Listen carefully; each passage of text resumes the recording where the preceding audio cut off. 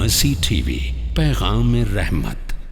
شیخ محترم، اس کے بعد کا جو ہمارا سوال ہے وہ ایک بہن کا ہے، وہ پوچھ رہی ہیں کہ کیا رمضان المبارک کا جو آخری جمعہ ہے جسے جمعۃ الوداع کہا جا سکتا ہے، کیا اس کی کوئی فضیلت وارد ہے حدیث میں؟ الجواب یوم الوہاب اپنے یہاں یہ بہت مشہور ہے، جمعۃ الوداع۔ الوداع کا کیا ہوتا ہے کہ اب ملیں گے نہ ملے، تو کیا ہم اور آپ یہی چاہتے ہیں کہ آئندہ رمضان نہ آئے؟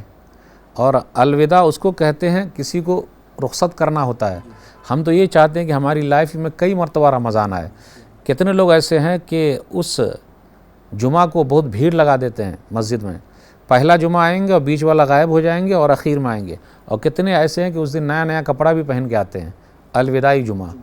تو الوداعی جمعہ کے لیے قرآن اور حدیث میں ایسا ذکر نہیں، نبی صلی اللہ علیہ وسلم نے ایسا بیان نہیں کیا ہے، صحابہ کرام نے ایسا نہیں سمجھا ہے، اس لیے ہمیں اور آپ کو قرآن و حدیث صحابہ کرام کے سمجھ پر سمجھنا پڑے گا، ان کے سمجھ کے طریقے سے چلنا پڑے گا۔